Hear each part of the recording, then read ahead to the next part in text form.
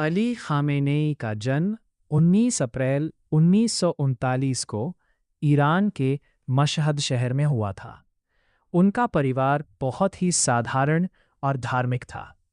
उनके पिता एक इस्लामी विद्वान थे, इसलिए बचपन से ही घर का माहौल धार्मिक शिक्षा से भरा हुआ था।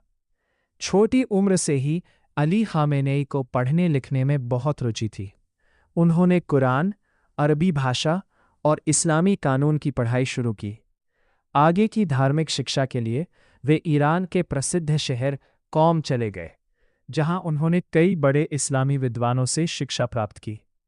1960 और 1970 के दशक में ईरान में शाह मोहम्मद रज़ा पहलवी की सरकार थी। उस समय बहुत से लोग सरकार से असंतुष्ट थे।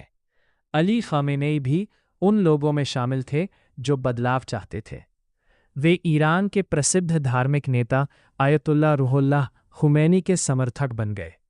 सरकार के विरोध के कारण अली ख़ामेनेई को कई बार गिरफ्तार किया गया और उन्हें जेल भी जाना पड़ा, लेकिन उन्होंने अपने विचार नहीं छोड़े।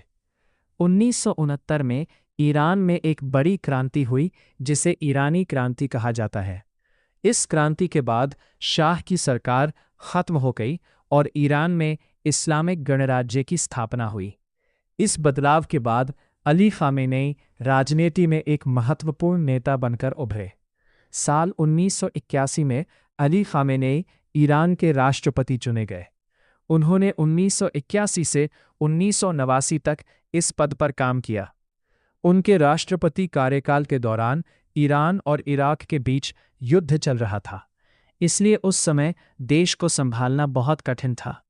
1989 में ईरान के पहले सुप्रीम लीडर आयतुल्लाह खुमैनी का निधन हो गया।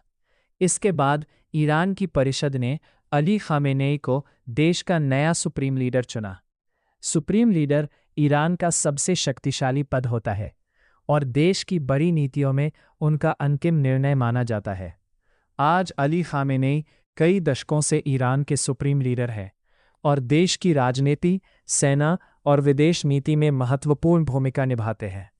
अली ख़ामेनेई का जीवन हमें यह सिखाता है कि एक साधारण परिवार से आने वाला व्यक्ति भी मेहनत, शिक्षा और अपने विचारों के प्रति दृढ़ता से बहुत बड़ा नेता बन सकता है।